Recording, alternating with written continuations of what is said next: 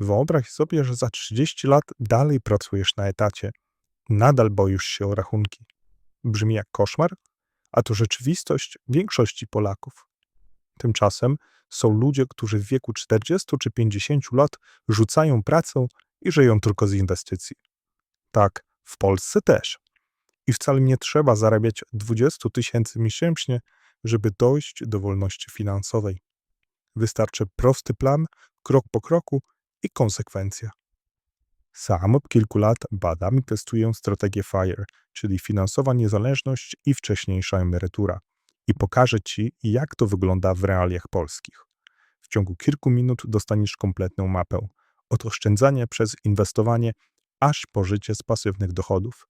Pokażę Ci też mój plan dojścia do 1 000 000 złotych. Ruch FIRE opiera się na pomyśle, aby przez kilka lub kilkanaście lat intensywnie oszczędzać i inwestować, a następnie żyć z wypracowanego kapitału. Zasada jest prosta. Zgromadzone pieniądze powinny pozwolić na wypłacanie około 4% wartości portfela rocznie, co daje bezpieczeństwo na długie lata. W praktyce oznacza to konieczność zebrania kwoty równej 25-krotności rocznych wydatków. Osiągnięcie takiej sumy w Polsce bywa trudne, bo przy średnich zarobkach potrzeba od 1,5 do nawet 5 milionów złotych. Tempo dojścia do celu zależy od dwóch rzeczy: wysokości zarobków i stylu życia. Im więcej się zarabia i im mniej się wydaje, tym szybciej można uzyskać niezależność.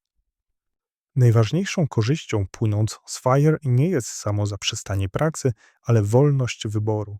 Można pracować mniej, zmienić zawód na mniej stresujący albo całkowicie zrezygnować z etatu. Kluczowe jest poczucie bezpieczeństwa i możliwość samodzielnego decydowania o swoim czasie.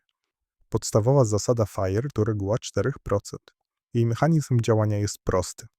Polega na tym, że sumujesz wszystkie swoje inwestycje i oszczędności, a następnie wypłacasz 4% tej kwoty w pierwszym roku swojej emerytury.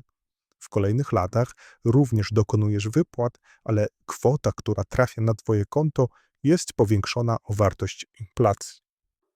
Jak finansowa reguła 4% wygląda w praktyce? Załóżmy, że przez lata ciężkiej pracy udało Ci się odłożyć 500 000 złotych. Stosując się do przyjętej zasady, w pierwszym roku wypłacasz sobie dokładnie 20 000 złotych, które masz do dyspozycji przez najbliższe 12 miesięcy. Oznacza to, że miesięcznie możesz wydać niecałe 1700 złotych. W kolejnym roku wypłata przy inflacji w wysokości 3% rośnie do 20 600 złotych. Oczywiście resztę środków nadal utrzymujesz w formie inwestycji. Reguła 4% łączy ze sobą pobieranie środków i dalsze inwestycje. To jest jej klucz. Zgromadzone pieniądze powinny pracować, generując zysk zapewniający bezpieczne wypłaty. Teoria teorią, ale zobaczmy to na liczbach.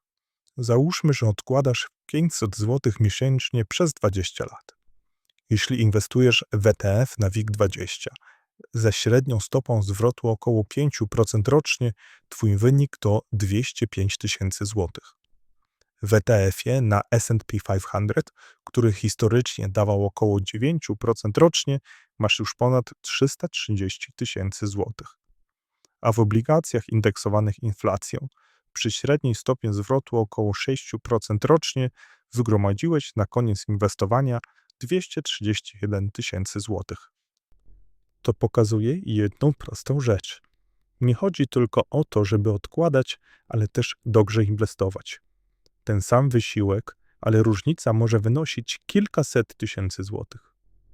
A teraz zadanie dla Ciebie. Policz w głowie, ile realnie jesteś w stanie odkładać miesięcznie. 500 zł, 1000, 2000? Pomnóż to razy 25 lat i porównaj ze swoimi wydatkami.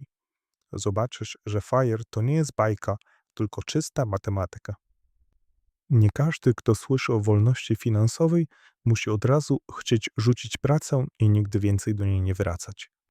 FIRE to raczej wachlarz możliwości niż jeden konkretny scenariusz.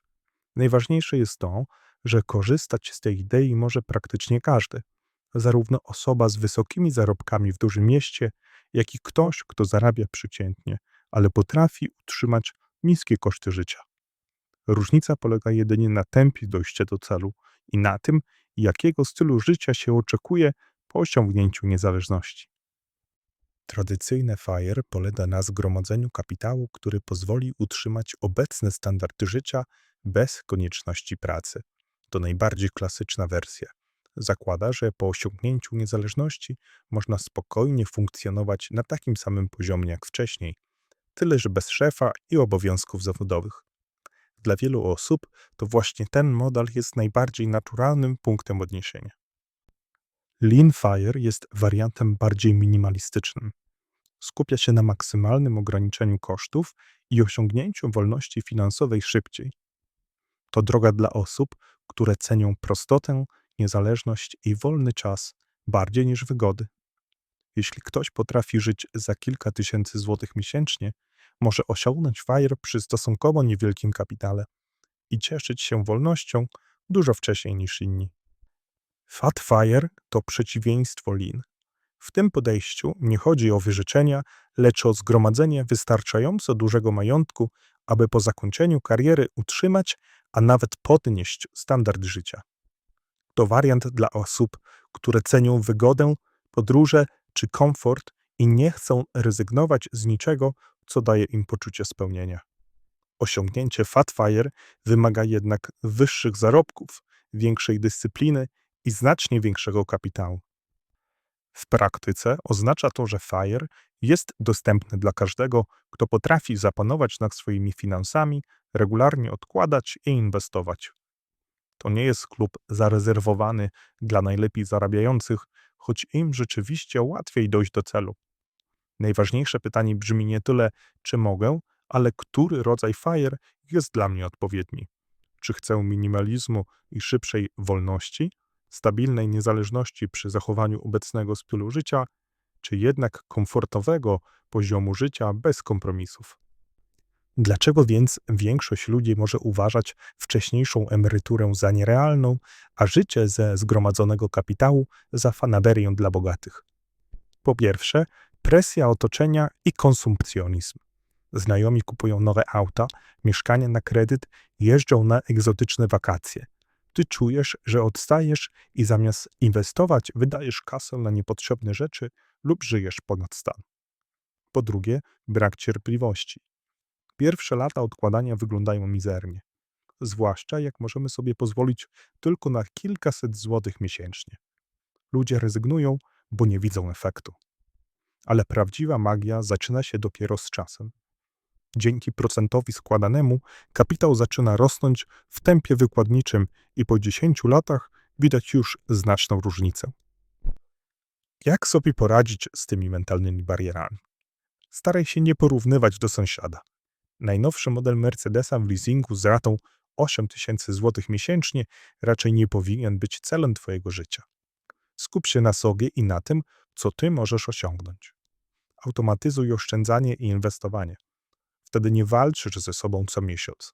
Załóż automatyczny przelew na rachunek maklerski w wysokości np. 500 zł miesięcznie. Po 5 latach będziesz miał już odłożone 30 000 złotych, nie licząc zysku z inwestycji czy dywidend. I ostatnia rzecz, znajdź społeczność FIRE, czy to online, czy w grupach na Facebooku. Wsparcie innych naprawdę pomaga. Przekonaj kogoś w rodzinie do dołączenia do tego projektu i wymiany doświadczeń.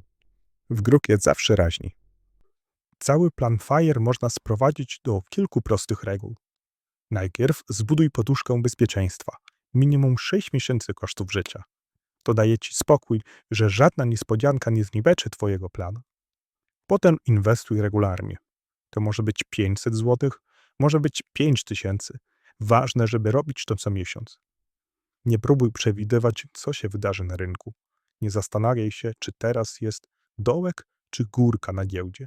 Kupuj aktywa takie jak akcje, obligacje czy ETF-y systematycznie.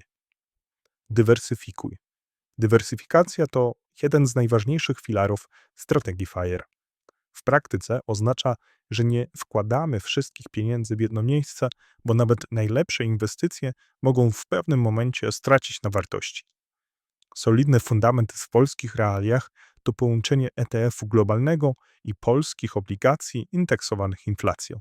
ETF globalny pozwala korzystać z wzrostu rynków światowych. Inwestujesz w setki spółek jednocześnie, więc nawet jeśli jedna gospodarka przeżywa kryzys, reszta może nadrabiać straty. Z kolei obligacje indeksowane inflacją zabezpieczają kapitał przed utratą wartości w wyniku rosnących cen. W Polsce jest to szczególnie ważne przy długoterminowym planowaniu. Przykład. Jeśli miesięcznie odkładasz 500 zł, możesz podzielić je w proporcji 70% na ETF globalny i 30% na obligacje indeksowane. Po kilku latach zobaczysz, że nawet przy okresowych spadkach na giełdzie obligacje stabilizują portfel, a inwestycje w akcje rosną w długim terminie dzięki procentowi składanemu. W praktyce dywersyfikacja daje spokój psychiczny i pozwala unikać paniki w trudnych momentach na rynku. A w FIRE chodzi nie tylko o liczby, ale też o pewność, że Twój portfel przetrwa każdy kryzys. Klucz do wolności finansowej to nie tajemna wiedza, ale konsekwencja. To nie sprint, to maraton. I liczy się każdy krok. Twój największy wróg to nie inflacja ani podatki, tylko odkładanie działania na później.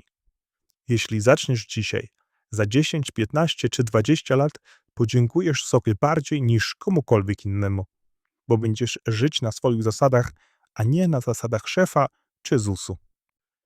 Policz swoje roczne wydatki. Pomnóż razy 25. To Twój cel w dążeniu do FIRE, Twoja liczba FIRE. Napisz w komentarzu, ile Ci wyszło. Zrób też pierwszy krok jeszcze dziś. Ustaw stały przelew na inwestycje, nawet 500 zł miesięcznie. To może być początek Twojej wolności finansowej. A jeśli chcesz zobaczyć mój szczegółowy plan dojścia do 1 000 000 złotych, kliknij w film na ekranie.